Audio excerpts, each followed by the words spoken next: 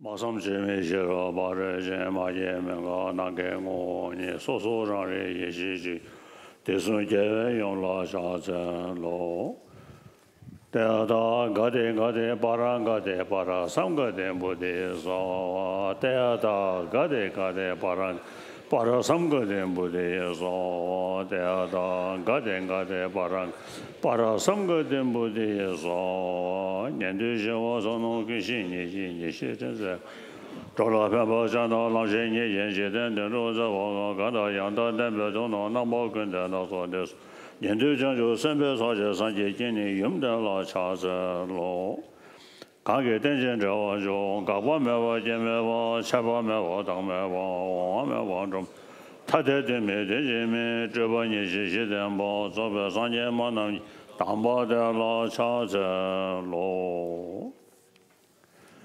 관계 도전에서는 다가도 제반 배제된 배제는 된제배 과담달라 차서로 다들이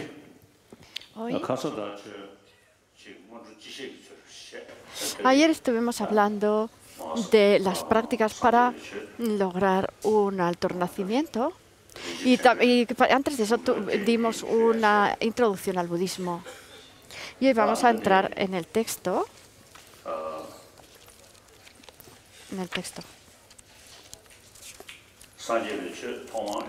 Las enseñanzas del Buda primero se extendieron en la India, en las universidades de Takshashila, en Nalanda y en Vikamalasila. En estos lugares, de manera gradual,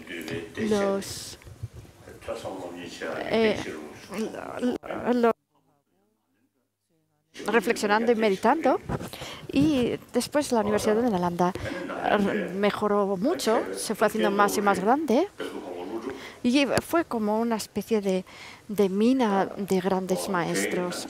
Por ejemplo, estaba Nagarjuna,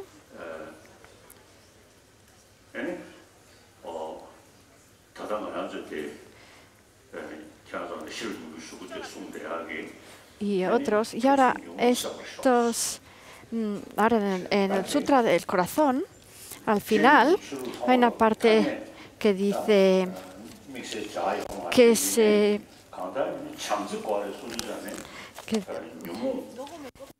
eliminen los tres venenos, las emociones nocivas. Esto es algo que todas las religiones van a tratar de conseguir. Pero el budismo, además, incluye la interdependencia de causa y efecto. Por ejemplo, no creen que haya habido un Dios creador que haya creado el cielo y la tierra, sino que hay una cadena de causas. Y también a la hora de disciplinar nuestra mente, no hay un creador ajeno que cree que cree nuestro sufrimiento y nuestra felicidad. Para eso necesitamos ver las tres causas, que entonces son la causa transitoria, la causa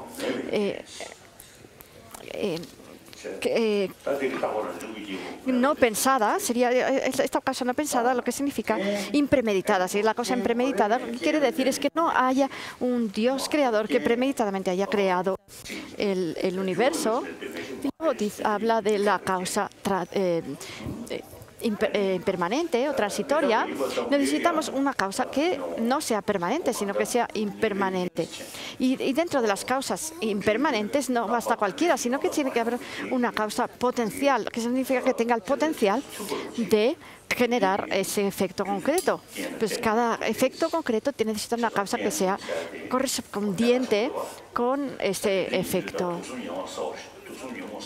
Entonces, cuando dice que se eliminen los tres venenos, las emociones nocivas, se refiere a que la mente, por naturaleza, es luz clara. Lo que significa es que la mente, en su naturaleza, no tiene faltas, no tiene manchas. Pero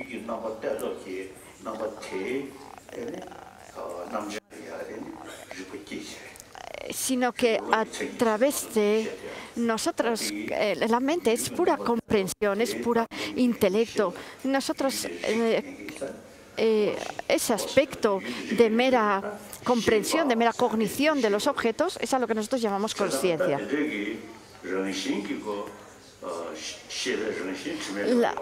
La naturaleza de la conciencia no está polucionada, sino que son poluciones externas que surgen debido a la ignorancia las que polucionan esta mente.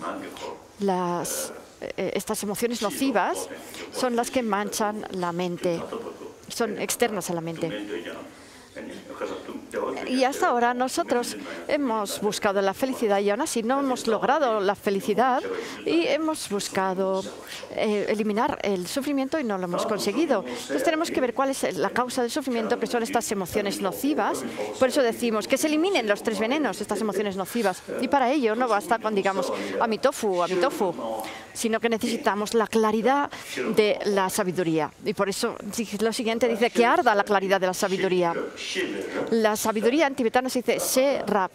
Entonces, como conciencia buena. Cuando hablamos de las sutras de la perfección, en términos de las sutras de la perfección de la sabiduría, y hablamos de la sabiduría, nos referimos a esta sabiduría que comprende el modo de existencia de los fenómenos. Por eso dice que arda la claridad de la sabiduría. Para que se aumente esta claridad de la sabiduría, necesitamos los 3 entrenamientos superiores, no solo el entrenamiento superior en sabiduría, sino aquel en concentración y el entrenamiento superior en ética. Y solamente con eliminar las emociones nocivas no basta para lograr la budeidad. A través de eliminar las emociones nocivas podemos conseguir el estado de un arahat. Esta es una eliminación que es común para todos los vehículos, pero si queremos lograr la budeidad necesitamos ser bodhisattvas. Entonces, por eso la siguiente estrofa, el siguiente verso dice que ingrese en la conducta de los bodhisattvas. Nosotros normalmente hacemos esta oración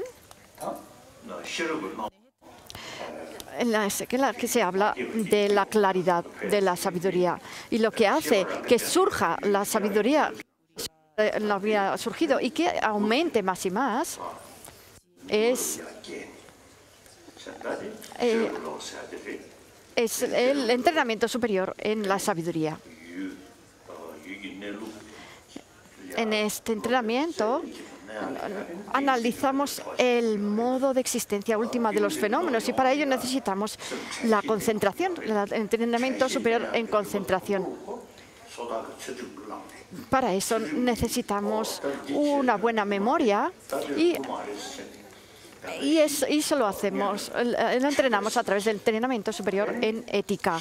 Porque tenemos que estar recordando continuamente, si hago esto no es correcto, estas acciones mías de cuerpo, palabra y mente están siendo incorrectas, etc. Y estamos continuamente corrigiendo nuestras acciones utilizando la introspección y la atención. Y eso está incluido dentro del entrenamiento superior en ética. Por ejemplo, cuando nosotros guardamos los votos de ética. Así que esta oración que normalmente vosotros recitáis al final del Sutra del Corazón de la Sabiduría, la podemos ver también en una estrofa en la que se habla aquí también en la guirnalda preciosa, en la cual habla de que si nosotros queremos lograr la budeidad completa necesitamos generar bodhicitta para eliminar todos nuestros defectos y lograr todas nuestras virtudes. Lo cual es la budeidad. Entonces, necesitamos la budeidad La budeidad se dice en tibetano sangye. La primera parte sang significa comprender todos los fenómenos, es la omnisciencia.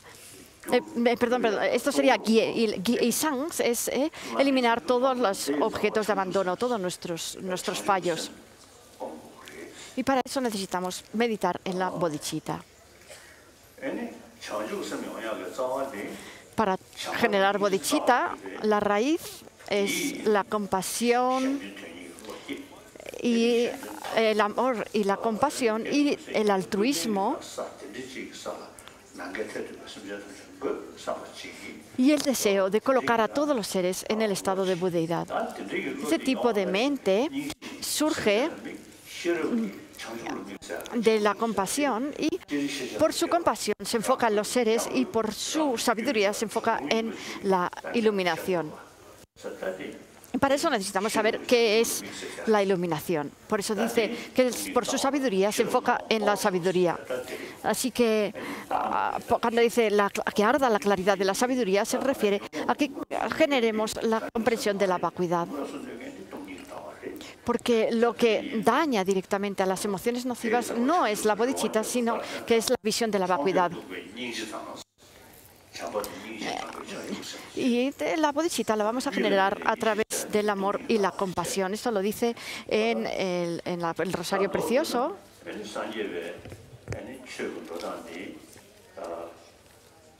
Así que, en resumen, tenemos las bases, que son las dos verdades, los caminos, que son el método de la sabiduría, y los resultados, que son los dos cuerpos de un Buda, el Dharmakaya y el Rupakaya. Sobre esto también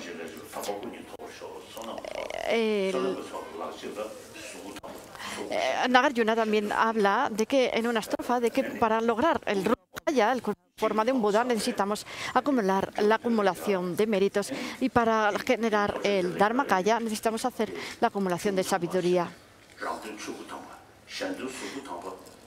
Los dos cuerpos puros, el cuerpo puro de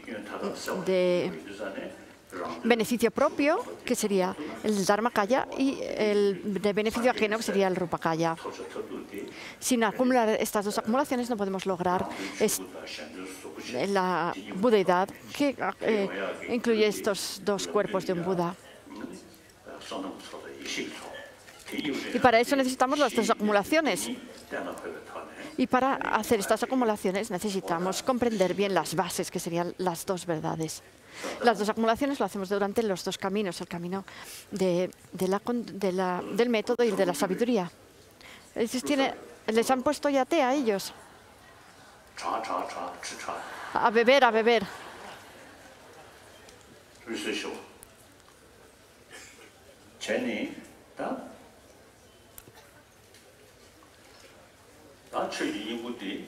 La esencia del Dharma son la bodhicitta y la vacuidad, la visión de la vacuidad.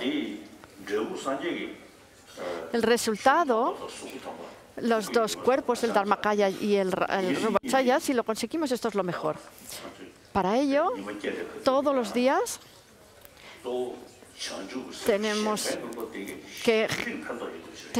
que practicar la bodhicitta, el altruismo. Esto es algo muy importante. Es de mucho beneficio. Lo dice en el modo de vida de los bodhisattvas. Él dice, todos los sufrimientos que hay en este mundo surge de desear nuestra propia felicidad. Y la felicidad que hay en este mundo surge de desear la felicidad de los demás.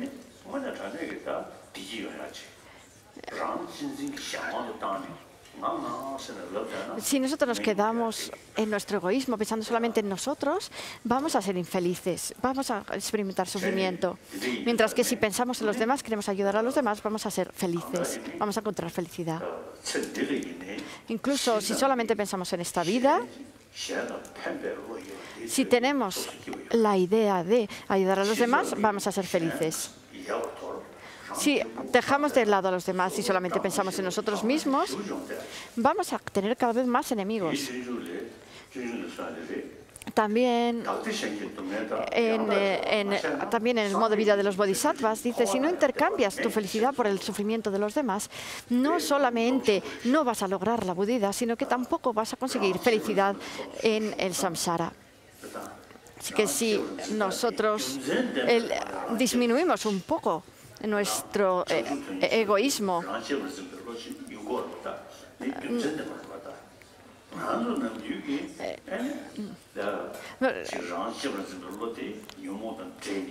porque este egoísmo surge, es una mente muy estrecha, muy cerrada, que está influida por las emociones nocivas. Así que, por eso, si no intercambio mi felicidad por el sufrimiento de los demás, no solo no voy a lograr la Buddhidad, sino que además tampoco voy a ser feliz en el samsara. Esto lo podemos ver hoy en el día a día, en la gente a nuestro alrededor. Podemos ver en este mundo todos los problemas que hay. La mayoría los hemos creado los seres humanos. Los niños pequeños, yo creo que no tienen mucho odio y aferramiento entre sí. Cuando somos pequeños, los niños tienen la mente muy pura. A lo mejor los puedes comprar con unos caramelos, pero ellos no tienen muchos pensamientos dañinos entre ellos. Pero después vamos generando más celos, más competitividad entre nosotros una vez que vamos creciendo. En este mundo, por ejemplo, hace poco vemos que ha habido muchos problemas, ha habido guerras. Por ejemplo, los niños no piensan en esto. Porque nosotros generamos un pensamiento muy fuerte de nosotros y ellos, y hacemos estas diferencias que hacen que generemos guerras. Yo creo que las guerras pertenecen a sistemas feudales, a las sociedades feudales, en las cuales había un rey o una persona con mucho poder que no soltaba el poder y que mandaba a los soldados a la guerra. Si pensamos en el ejército, por ejemplo, cada uno de ellos, el interés propio de cada uno de ellos no es la guerra, pero son enviados por una persona que tiene mucho poder y que les obliga, los envía a la guerra. Así que yo creo que es seguro que tiene mucha relación la guerra con los sistemas feudalistas. Porque el rey, por ejemplo, en este caso solamente piensa en sí mismo y hace a otro grupo como los otros, y entonces surge la pelea con los otros.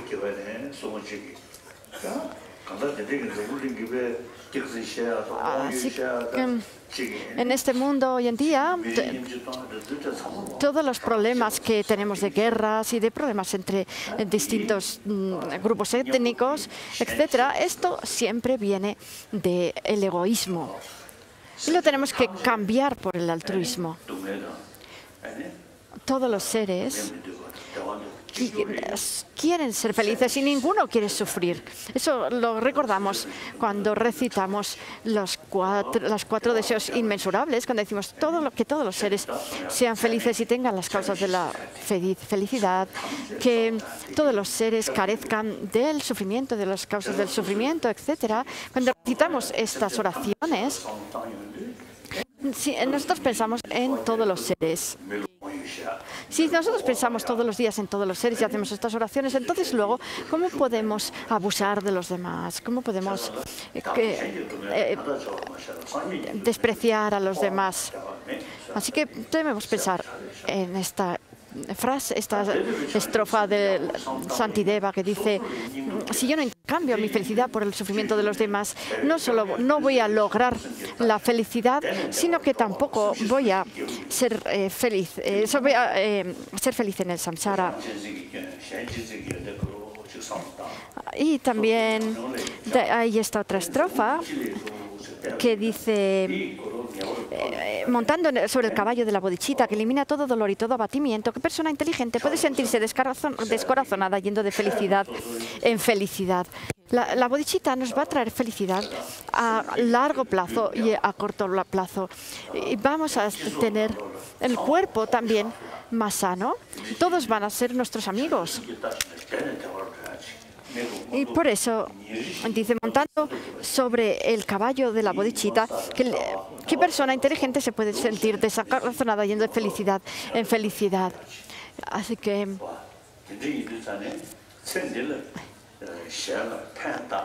en esta vida nosotros tenemos, si nosotros en esta vida beneficiamos a los demás y no dañamos a los demás, es seguro que vamos a conseguir en la próxima vida una buena reencarnación y que finalmente vamos a llegar a la budeidad. Y por eso dice, yendo de felicidad en felicidad.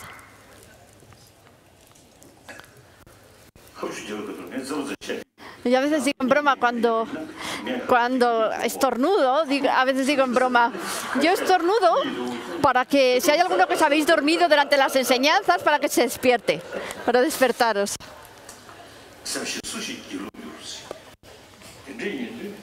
Entonces, ¿qué persona inteligente podría sentirse descorazonada yendo de felicidad en felicidad?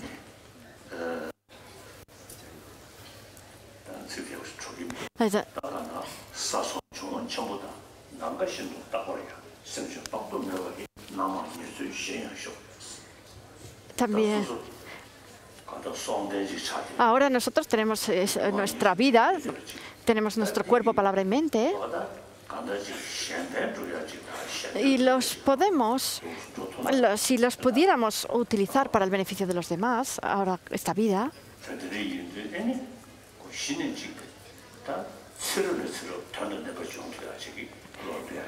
entonces si pensamos en esto, ojalá pudiera utilizar este cuerpo y esta vida para el beneficio de los demás, si lo pensamos así, entonces vamos a ver cómo le damos un sentido a nuestra vida.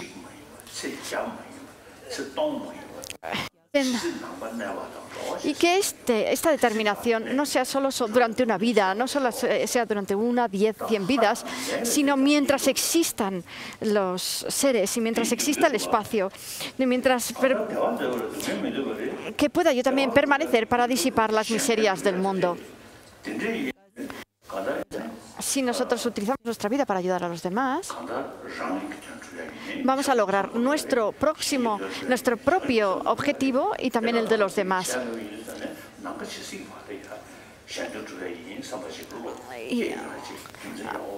Así que tenemos que pensar bien en cuál realmente generar una bodhicitta con la determinación de permanecer, disipar las miserias del universo mientras existan los seres y mientras exista el mundo. Es muy importante entonces que meditemos en la bodhicitta. Y también en su amiga, la visión de la vacuidad, su compañera. En la India, en la tierra de los Aryas, el Buda habló sobre el primer giro del Dharma y dijo, esta es la verdad noble del sufrimiento, esta es la verdad noble de la causa del sufrimiento, de la cesación y la verdad del camino. Y después, cuando habló sobre los 4 sellos, que dijo todo lo compuesto, todo lo contaminado es de la naturaleza del sufrimiento, todos los fenómenos son vacíos y carecen de esencia, nirvana y paz. Entonces aquí es donde estuvo hablando de la ausencia de yo, como un yo permanente, unitario y autónomo, que no existía ese tipo de yo. Y después, sobre la base de la ausencia de identidad de las personas, se añadió también la ausencia de identidad de los fenómenos. Al principio del Sutra del Corazón, lo habréis oído, dice que también los fenómenos como también vacíos de existencia inherente.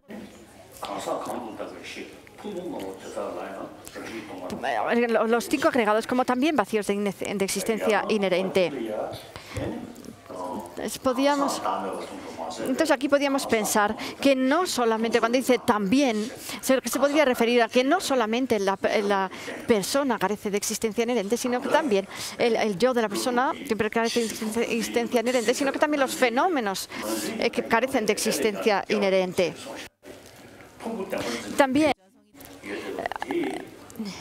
También se dice, mientras exista la idea de los agregados, todavía va a existir la idea de un yo. Así que mientras no eliminemos la noción de existencia verdadera sobre la base de los agregados, vamos a tener todavía esta noción de un yo. Y aquí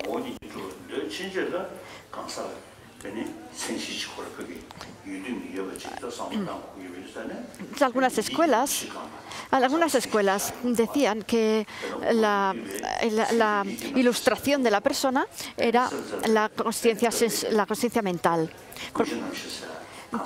Por ejemplo, la escuela Chittamatra decía que la ilustración de la persona era la mente alaya o base de todo. La persona solamente es una mera imputación nominal sobre la base de los agregados. Y si miramos el agregado de forma, ocurre lo mismo. Así que las emociones nocivas surgen sobre la base de la conciencia mental. Y eso es porque nosotros percibimos las formas y demás como existiendo de la manera tal como se nos aparecen. Y entonces, si nosotros pensamos que no existen de esta manera, sino que solamente existen como la maduración de las huellas kármicas que hemos acumulado en nuestro continuo mental a través de acciones anteriores, esto va a disminuir nuestras emociones nocivas. Y eso sería dentro de la presentación de Chittamatra, en la que habla de que no existe la dualidad de sujeto y objeto.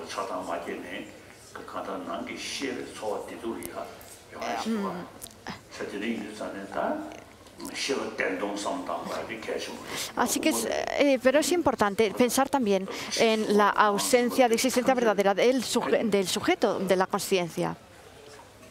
Y de esto habla la escuela madhyamika, que dice que la consciencia también es vacía de existencia verdadera.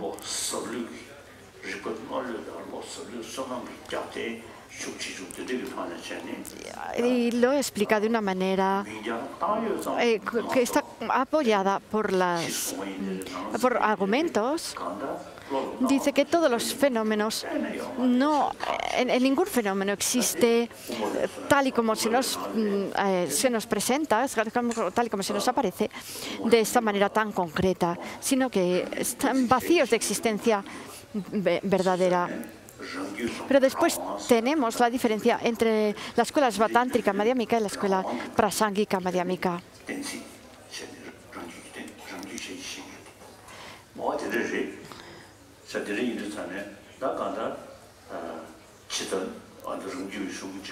En un texto de la escuela Svatántrico dice si existe tal y como se nos aparece, y por lo cual no tenemos que analizar lo que se aparece a las conciencias sensoriales.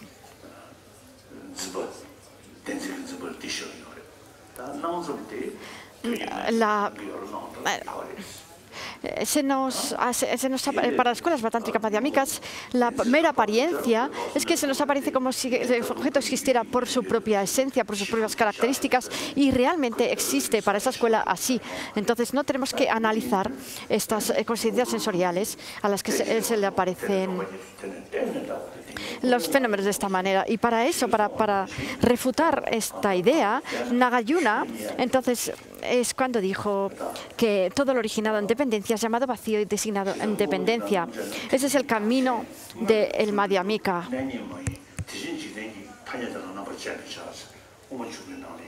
Y también en el ingreso al Madhyamika, Chandrakirti explica que si nosotros,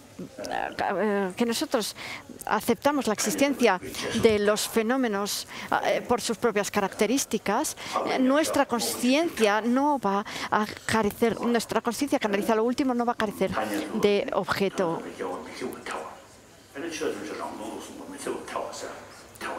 Y también de ahí se van a derivar 4 faltas de manera lógica. Esto es muy importante que lo estudiemos bien. A veces lo digo en broma, cuando voy a la India, cuando hablo con los indios, y yo les digo, la mayoría de los maestros de Nalanda eran del sur de la India, y yo les digo, yo creo que los indios del sur tienen un cerebro especial. Es verdad que eran unos maestros increíbles. Estos maestros de Nalanda, ¿cómo utilizaban su inteligencia para la lógica? Y todos ellos se basaban en los textos de Nagarjuna, que a su vez se basaban en los sutras de la perfección de la sabiduría, y donde habla de que no hay forma, no hay sonido, no hay olor, etc. Así que ellos se basaban en los sutras del Buda y principalmente utilizaban la lógica para desarrollar el sentido de estos sutras. Y, por ejemplo, también el sutra que revela el pensamiento, que es un sutra que pertenece al tercer giro de la rueda del Dharma. En este sutra se habla sobre los textos interpretativos y los textos definitivos. El mismo Buda habló sobre ello. Tenemos 3 palabras del Buda. La palabra del Buda del primer giro de la rueda del Dharma, del segundo y del tercer giro. Entonces, en esta de revelar el pensamiento, le preguntaban al Buda si usted dijo algo en el primer giro de la rueda del Dharma y lo contrario en el segundo, y cuál es el verdadero pensamiento del Buda. Y aquí se habla también sobre estos sutras definitivos e interpretativos. En el tercer giro de la rueda del Dharma también hay el sutra del Nirvana y también el sutra de Tathagata Garbha, que es el sutra raíz del Uttara Tantra de Maitreya. Aquí habla sobre la luz clara del sujeto. De la luz clara del objeto se habló en el segundo giro de la rueda del Dharma, de la verdad. Yo a veces lo digo que en el segundo giro de la rueda del Dharma, el Buda habló sobre la luz clara de objeto. Y en el tercer giro de la rueda del Dharma habló sobre la luz clara del sujeto. Eso lo decía Kuntan Rinpoche. En los 3 giros de la rueda del Dharma, el primero, el segundo y el tercero, son como una subida gradual hacia el pico de la montaña. Al principio habló sobre los 16 aspectos de las 4 nobles verdades. Y después habló sobre la verdad de la cesación, sobre el modo de existencia último de los fenómenos y después primero de las personas y después de los fenómenos. En el segundo giro de la rueda del Dharma habló de este modo, de esta ausencia de existencia verdadera de los fenómenos, y en el tercero habló sobre qué mente tenemos que utilizar para comprender la vacuidad. No esta mente burda que tenemos ahora, sino una mente más sutil, la luz clara. Está aquí el abad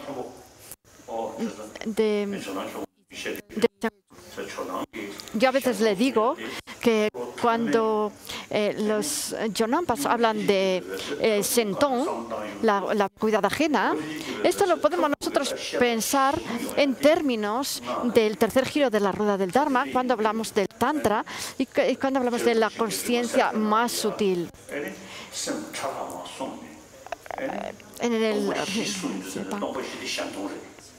Entonces, la cuarta vacuidad sería dentro de las etapas de la disolución de la mente, sería la vacuidad ajena, Sentong.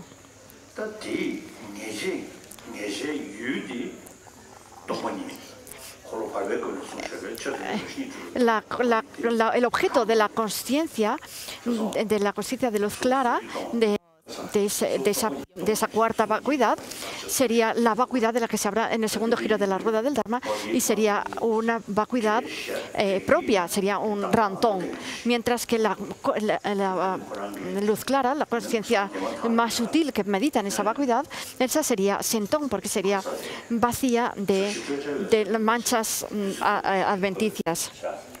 Entonces, así, igual que dice el Buda, decía: he encontrado un Dharma semejante al néctar profundo y calmo, sin elaboraciones mentales, luminoso y no compuesto. A quien quiera que lo muestre, nadie será capaz de comprenderlo. Mejor pues callar y quedarme en este bosque. Podríamos mirar esta estrofa y decir que cuando dice profundo y calmo se refiere al primer giro de la rueda del Dharma, sin elaboraciones mentales al segundo, y luminoso y no compuesto se referiría al tercer giro de la rueda del Dharma, que es aquel en el que habla sobre esta mente más sutil que comprende la vacuidad, que sería la luz clara, la mente de luz clara. Así que vamos a empezar un poco ahora vamos a comenzar con el texto.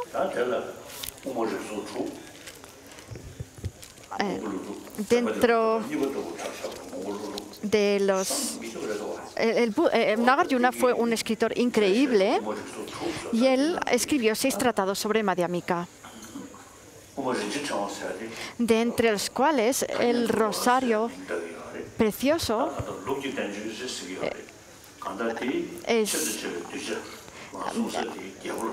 fue escrito para un rey. Fue escrito, el discípulo principal era un rey, por eso le llamaban también Consejos para un rey, tiene este subtítulo. Y también aquí se habla de tareas específicas que tienen lugar en una corte real. Así que por eso tiene ese subtítulo que se llama Consejos para un rey. En título en sánscrito, Racha Parikata Ratanavali. En tibetano, Gyelpo la Tamchawa Rinpoche Tengwa. Dentro de todo el Kangyur y el Tengyur, estas palabras y comentarios traducidos al tibetano vienen del indio. Entonces, para que se sepa que tenían un origen puro que venía de la India, del sánscrito, por eso se pone al principio el título original en sánscrito.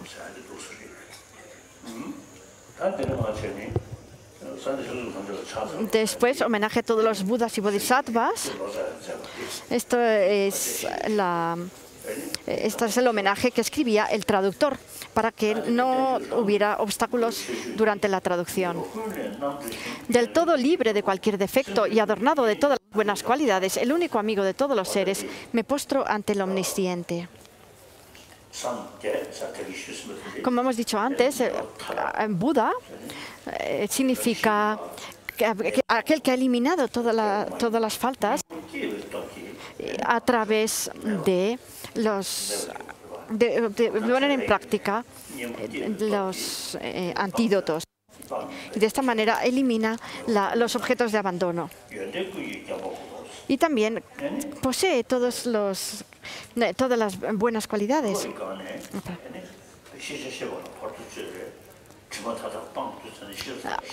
Entonces, aquí habla del significado de la palabra Buda, eliminado todos los defectos y adornado con todas las cualidades. Y él, ¿cómo eliminó todos sus defectos? Lo hizo a través de la meditación de la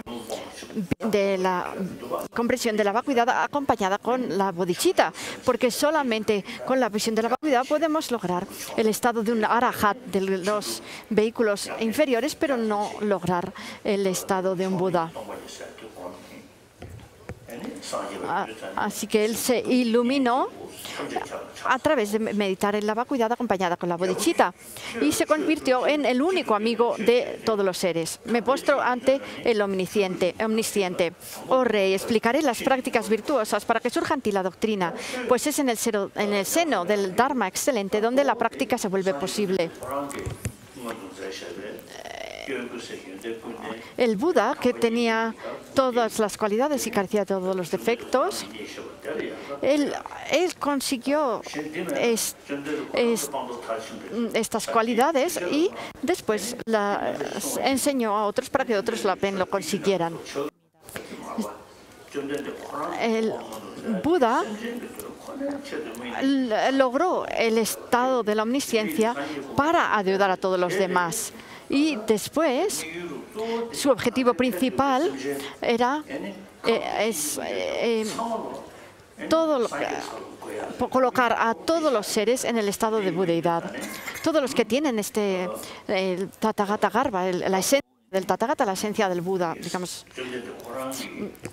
Todos los seres tienen esta esencia del Buda. Así que su objetivo es que ellos eliminen todas sus emociones nocivas, y no solo estas emociones nocivas, sino también las huellas kármicas que dejaron en nuestro continuo mental estas emociones nocivas. Y para eso, estos seres tienen que lograr un renacimiento humano o divino, un buen renacimiento. Porque si no tenemos un renacimiento precioso con todas las características de ocio y oportunidad, es muy difícil que podamos lograr avanzar en los caminos.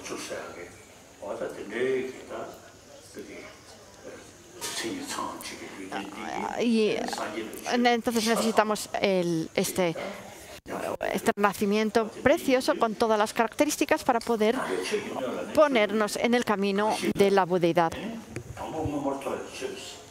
Primero, los medios para un alto renacimiento. Luego surge el bien definitivo. Entonces primero tenemos que prepararnos para lograr un buen renacimiento, para poder seguir practicar, y después el bien definitivo, que eso significa que después nos preparamos para lograr la budeidad a través de la práctica de la meditación, de la vacuidad, etc. Porque para lograr un alto renacimiento llega gradualmente, tras lograr un alto renacimiento llega gradualmente el bien definitivo. El alto renacimiento es felicidad y el bien definitivo es la liberación. En suma, los medios para alcanzarlos son, de forma resumida, la fe y la sabiduría. Luego en el 5 dice, de estas dos, la sabiduría es principal y la fe es su requisito previo.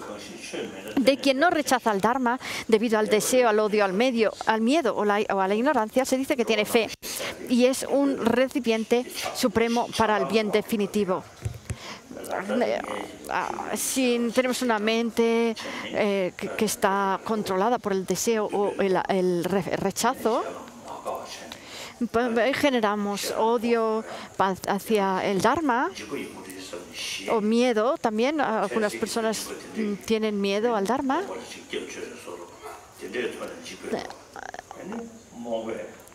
O también, debido a la ignorancia, tenemos la idea de que lo que no es Dharma es el Dharma. Entonces no somos recipientes adecuados. Tenemos que generar fe hacia el Dharma, una fe que esté apoyada por el razonamiento. Y entonces seremos recipientes adecuados.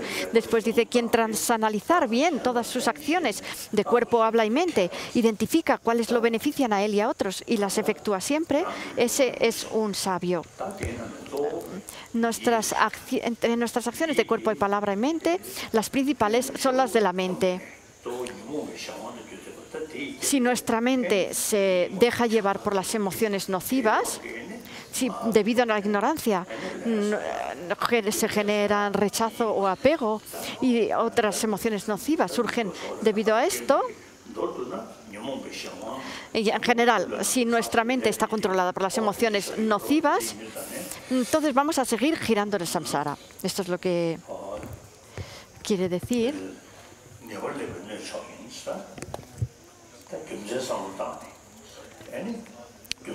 tenemos que pensar y asegurarnos bien de la idea de que todos los fenómenos carecen de existencia verdadera.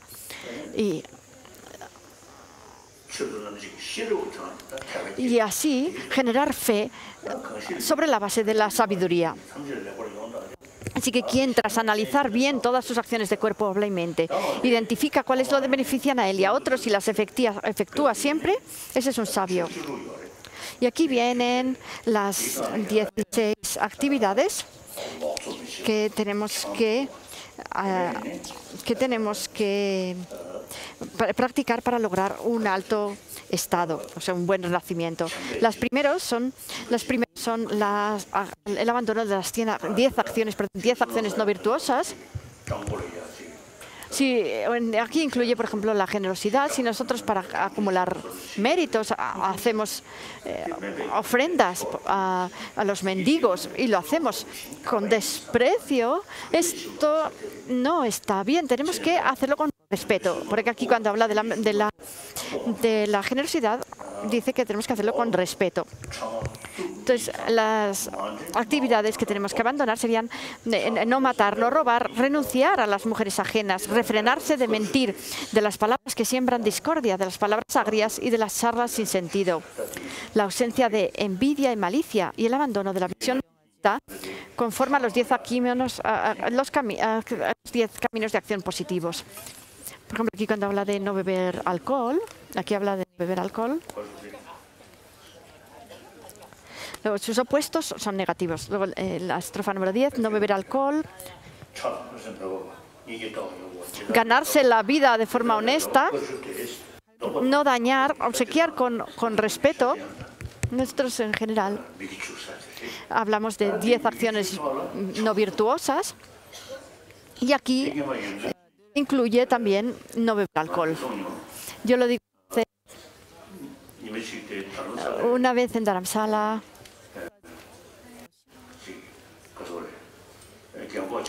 Había un señor mayor que era laico y vino a tomar los votos de Upasika. Y cuando Ly Rinpoche le habló sobre el voto de no beber alcohol, que no tienes que tomar cerveza, le dijo. Y este señor mayor se empezó a rascar la cabeza y decía, uy, yo no voy a poder dejarlo del todo. Y yo me refugio en usted, pero no puedo dejarlo todo. Entonces le dijo, bueno, pues si no puede dejarlo del todo, beba poquito. Por lo menos no se emborrache. Así que donde dicen no beber alcohol, si podéis dejarlo del todo, eso sería lo mejor. Pero en caso de que no podéis dejarlo del todo, pues por lo menos tomar un poquito nada más. Por ejemplo, algunos toman un poco de vino mientras comen, o a lo mejor vayáis a una fiesta de estas que tenéis fiestas, tomáis un poco de cerveza, bebed poco, ¿vale? Porque si no, al principio nos gusta mucho. A lo mejor nos juntamos todos en una fiesta con cariño entre nosotros, pero luego bebemos mucho y nos acabamos peleando. Que no ocurra esto. Y que si podéis dejar el alcohol del todo sería lo mejor, pero si no, por lo menos no os emborrachéis. Y luego cuando dice ganarse la forma de vida honesta, esto se refiere a eliminar los 5 modos de vida deshonestos. Entonces, eliminar la hipocresía, etcétera. Luego dice no dañar, obsequiar con respeto.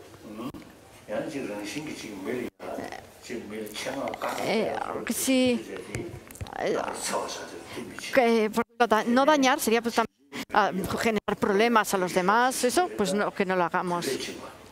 Y después obsequiar con respeto, lo que hemos mencionado antes, honrar a quien lo merece y el amor. Estas 16 son las prácticas para lograr un alto estado, un buen renacimiento. También el estudiante de Nagarjuna, Aryadeva, en sus 400 versos, él decía que primero elimina lo no virtuoso.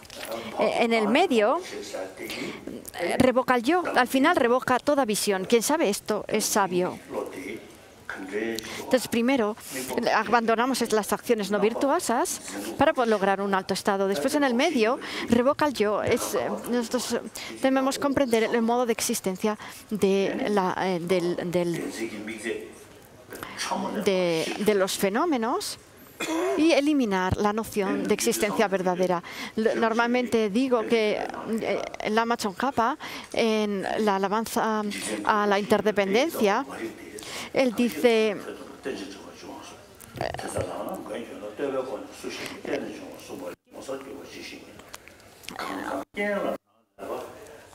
habla sobre la interdependencia de los fenómenos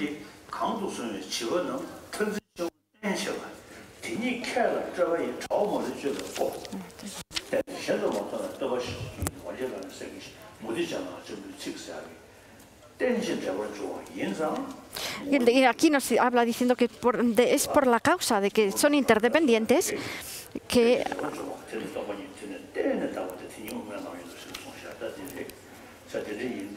dice que todo lo que depende de condiciones está vacío de naturaleza intrínseca.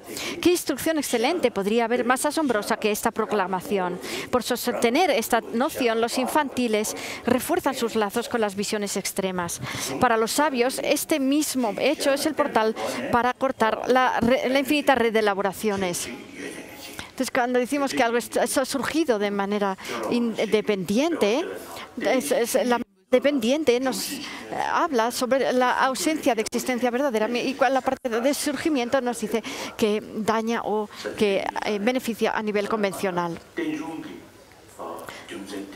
Así que por la razón de la interdependencia podemos comprender que los fenómenos no existen tal como se nos aparecen del lado del objeto y que tampoco es que no existan en absoluto, sino que este surgimiento independiente tiene en sí la idea del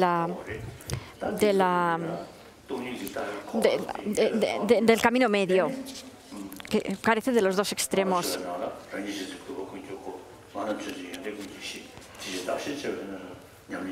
Entonces, esto sería de lo que habla también Aryadeva en los 400 versos sobre Madhyamika, cuando dice primero revoca lo no meritorio, en el medio revoca el yo y al final revoca toda visión. En esta parte final, cuando dice revoca toda visión, se refiere a eliminar esta ignorancia que hace que nosotros generemos el apego y el rechazo, que son los pensamientos discursivos, las exageraciones que surgen de esta ignorancia que es la noción de existencia verdadera. Estas emociones nocivas nos hacen infelices a corto plazo y a largo plazo. Pero la visión de la vacuidad solamente puede ser un antídoto para las emociones, para las obstrucciones aflictivas y no para las obstrucciones cognitivas. Para esto debe estar acompañada por la bodhicitta. Así que necesitamos también meditar en la vacuidad.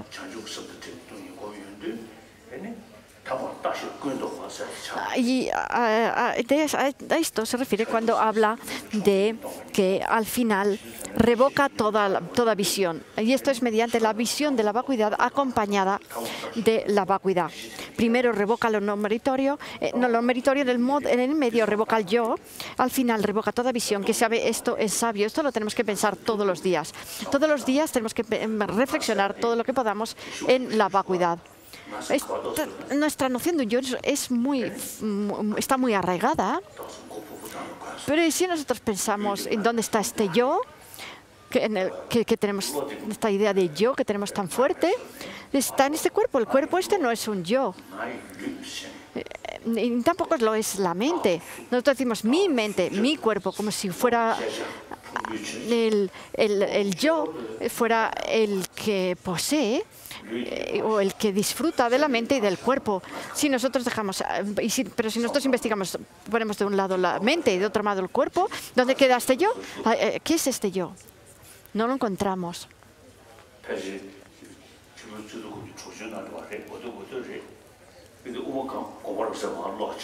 Una vez estábamos leyendo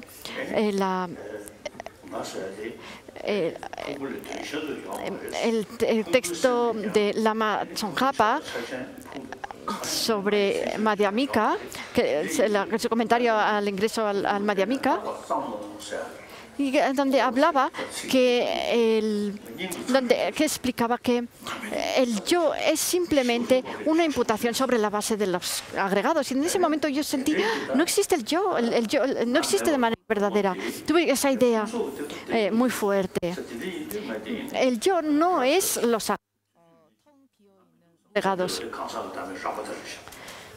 En el momento que yo pensé, no existo ahí en los agregados, esto sería la comprensión sobre la ausencia de identidad de las personas más burda.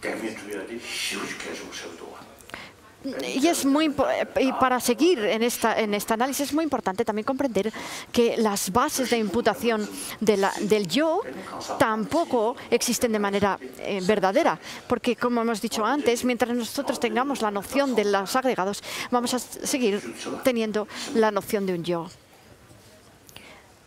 Bueno, son las 10:30, así que yo voy a tomar un poco de primero.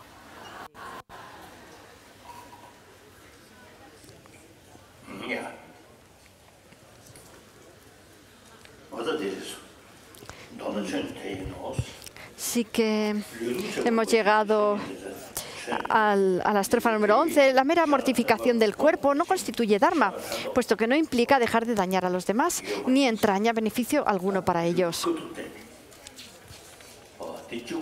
Si nosotros solamente hacemos acciones estéticas de dañar al cuerpo, esto no va a servir, es lo que nos dice esta estrofa. Y luego, quienes no respetan el gran sendero del santo Dharma, que enseña la generosidad, la ética y la paciencia, y afligen sus cuerpos desviándose del camino para seguir un sendero semejante al del ganado, estos seres se involucrarán por mucho tiempo en los insufribles pastos de la existencia cíclica. Si nosotros vemos defectos en una acción, pues no la vamos a ejecutar más. Y aquí nos está hablando de cuáles son los defectos de estas 10 acciones no virtuosas, de las acciones no virtuosas de las que estaba hablando antes. Y aquí nos va a explicar cuáles son los frutos negativos de estas acciones no virtuosas. Por ejemplo, una vida corta proviene de matar, de la violencia, perjuicios frecuentes. El robo nos traerá la ruina financiera y el adulterio, enemigos. Decir mentiras provoca calumnias. Sembrando discordia, perdemos amigos. Las palabras agrias ocasionan que escuchemos lo irritante y las vanas suscitan el descrédito. La codicia destruye nuestras esperanzas y los pensamientos maliciosos nos inducen miedo. Las visiones incorrectas originan malos enfoques y la bebida confunde nuestra mente. Del no dar proviene la pobreza, de un medio de vida incorrecto el fraude, de la arrogancia un mal linaje y de los celos la falta de carisma. El odio provoca un mal color. Por no preguntar al sabio quedamos necios. Para los humanos, antes de todos estos frutos acaece una mala reencarnación. Para cada no virtud hemos expuesto los frutos que madura, y para todas las virtudes los frutos son los contrarios. Entonces, saltamos al 22. Apartar nuestro cuerpo, habla y mente de todo lo no virtuoso y aplicarlo siempre a las virtudes. El Dharma se expresa en estos dos aspectos. Gracias a este Dharma nos liberamos por completo de renacer como un ser infernal, un preta o un animal, y obtenemos gran felicidad, gloria y dominio en los estados humano o divino. Y luego, hasta aquí, hasta el 24, ha hablado sobre la posición elevada, sobre cómo lograr un alto renacimiento o una posición elevada. Después, a partir de ahora, habla sobre cómo lograr en definitivo la budeidad. El victorioso dijo que las enseñanzas para lograr el bien definitivo parecen profundas y sutiles y que aterran a los infantiles que carecen de estudio. Entonces, si oímos hablar sobre la ausencia de existencia verdadera, de repente nos puede asustar, ¿no? El yo no existe ni existirá, tampoco lo mío existe ni existirá. Esto asusta a los infantiles y elimina el miedo en los sabios. Los innumerables seres de nueve tipos surgen de la noción de un yo. Dijo aquel cuyas palabras son puro beneficio para ayudar a los seres que sostienen un mío. Yo existo y lo mío existe. Son afirmaciones falsas en sentido último, pues ninguna de ellas surge en aquellos que conocen la realidad tal como es. Los agregados surgen de la noción de un yo. La noción de un yo es una noción errónea, es un pensamiento erróneo. Y esto nos tiene que dar ánimos, porque la noción que es la ausencia de un yo está apoyada por una cognición válida. Por argumentos correctos, mientras que la noción de un yo es una cognición errónea. Esta noción de un yo que hace que nosotros tengamos estas exageraciones que luego hacen surgir el rechazo y el apego, es una cognición errónea. Con lo cual no tiene un apoyo argumentativo correcto. No está apoyado por una cognición válida. Mientras que es directamente el opuesto, que sería la noción de la ausencia de yo, esta está apoyada por una cognición válida. Así que cuanto más pensemos en esta cognición válida, en estos argumentos que apoyan la noción de la ausencia de un yo, más va a disminuir esta cognición errónea, que es la noción de un yo. Nosotros tenemos estas mentes tan fuertes de deseo y de aferramiento, y estas se pueden disminuir. Cuanto más pensamos en ellas, más disminuyen, porque más veremos que son incorrectas. Mientras que el amor y la compasión, que son conciencias que están apoyadas por cogniciones válidas, y con lo cual, cuanto más meditemos en ellas, más y más irán aumentando. Los agregados surgen de la noción de un yo, y esta noción de un yo es en sí falaz. Aquello que nace de una semilla falsa, ¿cómo podría ser auténtico? Viendo así que los agregados son irreales, cesamos la noción de un yo. Y tras abandonar la noción de un yo, los agregados ya no vuelven a surgir. Así como por medio de un espejo se muestra el reflejo del propio rostro, aunque ni siquiera una fracción de este diríamos que existe de manera real, del mismo modo, la noción de un yo se enfoca en dependencia de los agregados. Pero al igual que en el reflejo del propio rostro, no hay nada en ello que sea real. Mientras exista la noción de los agregados, existirá sobre ellos la noción de un yo. Al existir la noción de un yo, hay acciones, y de estas a su vez provienen los nacimientos. Esta es la estrofa que hemos mencionado antes. Estos tres procesos de la existencia cíclica giran sin principio, medio ni final, como una rueda de antorchas, originándose mutuamente entre sí. Quienes, tras escuchar esta doctrina que suprime todo dolor, temen al estado sin conceptos que está más allá del miedo, se asustan por causa de su ignorancia. Que todo eso deje de existir en el nirvana nos causa temor. Creo que lo voy a dejar aquí. Entonces, a lo mejor mañana podemos terminar de leer este capítulo. En resumen, nosotros no queremos sufrir y queremos ser felices. Para eso no hace falta dar explicaciones. Incluso los animalitos más pequeños, los insectos más pequeños, esos quieren ser felices y ninguno quiere sufrir.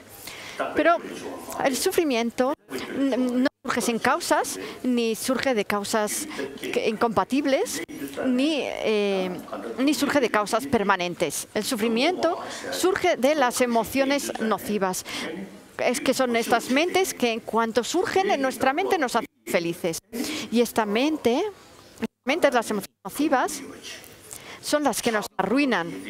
El rechazo y el apego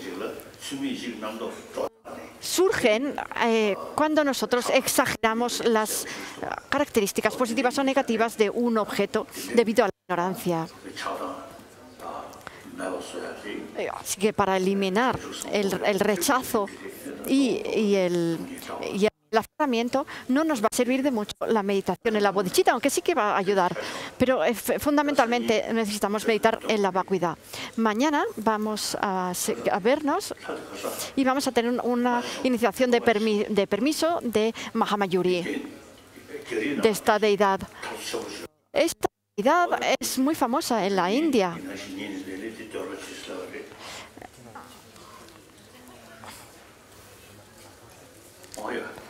Bueno, pues esto ha sido todo.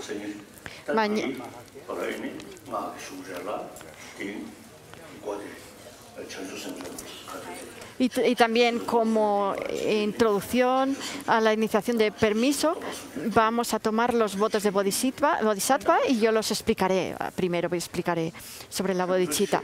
Y esto ha sido todo. Muchas gracias. Xie.